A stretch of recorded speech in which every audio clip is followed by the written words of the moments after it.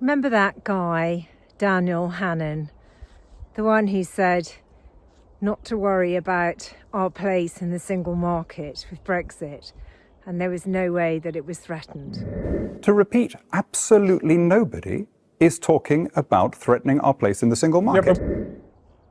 Well, he was on GB News and he is concerned about our place out of the single market, going back into the regulatory orbit of the single market, threatening a trade deal with Donald Trump.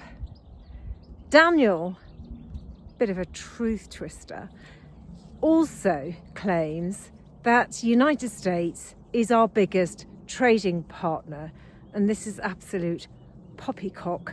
We all know that the European Union is our biggest trading partner, 27 countries, 450 million people, and we hardly export much to America in terms of goods, as in fact Steve Bannon reminded everybody just recently. They're not worried about Britain. Our tariff rate was lower for a couple of days than everyone else's because we don't send anything to America. Our biggest manufacturing sector, which is farming, food and drink, exports most of that produce to the European Union. And that is why Brexit has had such a detrimental impact on our economy.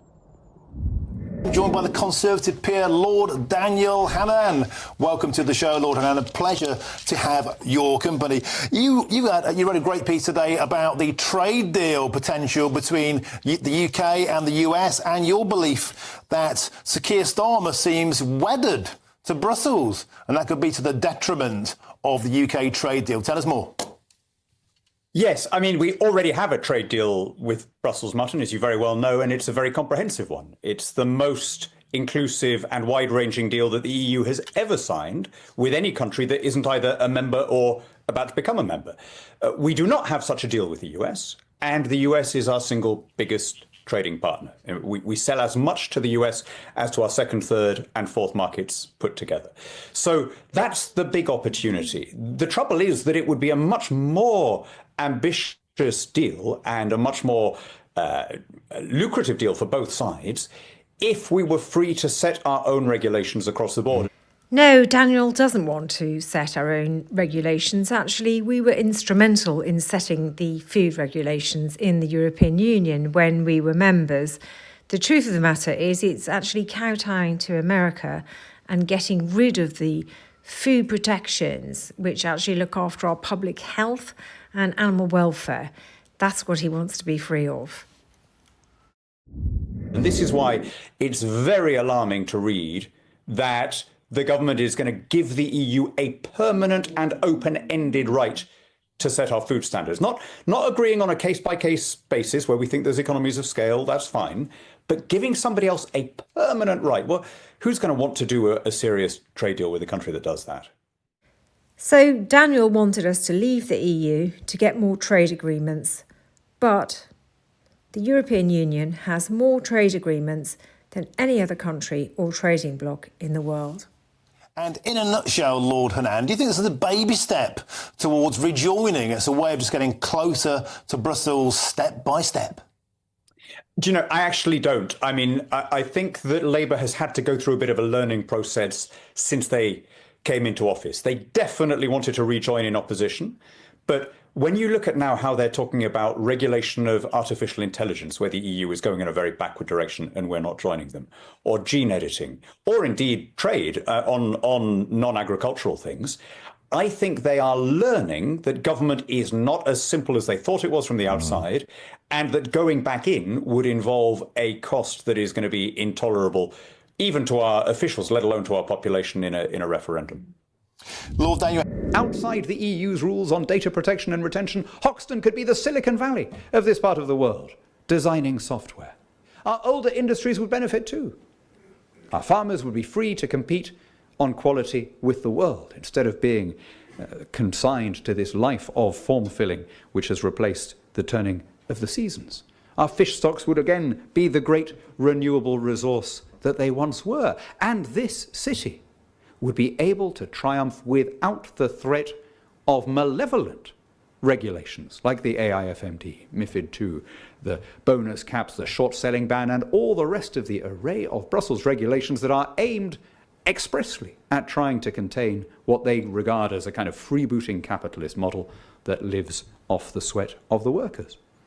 Not that London would be the only city that recovered. I think we would see a great revival of our ports, particularly Liverpool and Glasgow, which found themselves effectively on the wrong side of the country in the 1970s when the Common External Tariff was introduced and when our trade was artificially redirected away from our natural hinterland. If you tot up your budget and you look at where you're spending money, the top 3 items for most households in Britain are food bills, fuel bills, and taxes. Now, I think we can show with quantifiable empirical data how food bills and fuel bills and taxes will all be lower. We can show how much cheaper it would be to buy food at world prices rather than from the EU. We would, by the way, also be doing an immense favour to producers in Africa and other developing countries instead of maintaining these amoral tariffs, while still protecting our own farmers with direct grants. And taxes, well, that's the most easily quantified of all. Gross contribution of £19 billion to the EU last year. £350 million a week. To put that in context, if we withheld that contribution, we could give the entire country a 2/3 cut. It's in human nature. It's not an original thought of mine. The Roman historian Sallust put it better than most people. Hardly anyone wants freedom. Most want only a just master, right? And I think there's never been a time in human history when that wasn't the majority view. So freedom, what should freedom-minded people do then? We need to recognise that ours is a minority creed. We need to recognise that what we are arguing is counterintuitive. We evolved in kin groups. We evolved in something much more like a troop of chimpanzees than a modern advanced contract-based society. So we are wired to hierarchy, communism, and subordination before whoever the alpha male is. Never mind our fairy stories. Think of our science fiction. Think of Dune or Star Wars or Star Trek. It's all full of emperors and princesses, right? On some very deep genetic level, we're just wired for a basically hierarchical and autocratic society. And this is why I always think what we've achieved in the Anglosphere and a small number of related European democracies is extraordinary because it's counter-entropic.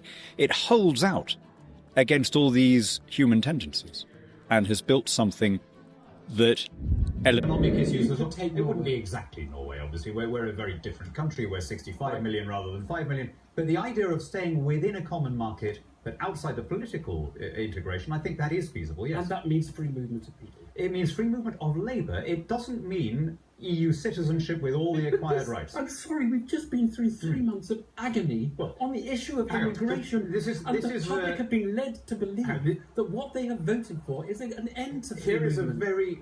There are economic issues. It wouldn't be exactly Norway, obviously. We're a very different country. We're 65 million rather than 5 million. But the idea of staying within a common market but outside the political integration, I think that is feasible, yes. And that means free movement of people. It means free movement of labour. It doesn't mean EU citizenship with all the acquired rights. I'm sorry, we've just been through 3 months of agony on the issue of immigration. The public have been led to believe... Outside the EU's energy boondoggles, fuel prices have fallen back to world levels, leading to a revival of our steel, cement, ceramics and plastics producers. Food prices are lower outside the Common Agricultural Policy. Fuel bills are lower because energy prices have dropped to world levels. And taxes are lower because of the independence dividend. We've recovered that precious right to hire and fire the people who pass our laws. I, Daniel, Lord Hannan of Kingsclear, do swear by Almighty God that I will be faithful and bear true allegiance to Her Majesty Queen Elizabeth, her heirs and successors, according to law, So help me God. My lords, it's a privilege to rise for the first time in this place among you.